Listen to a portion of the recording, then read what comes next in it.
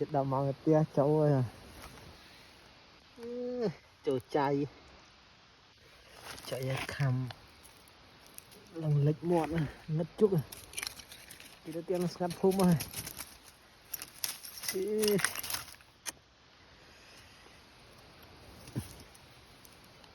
chỗ chạy với ơi chỗ chạy từ ly như thế này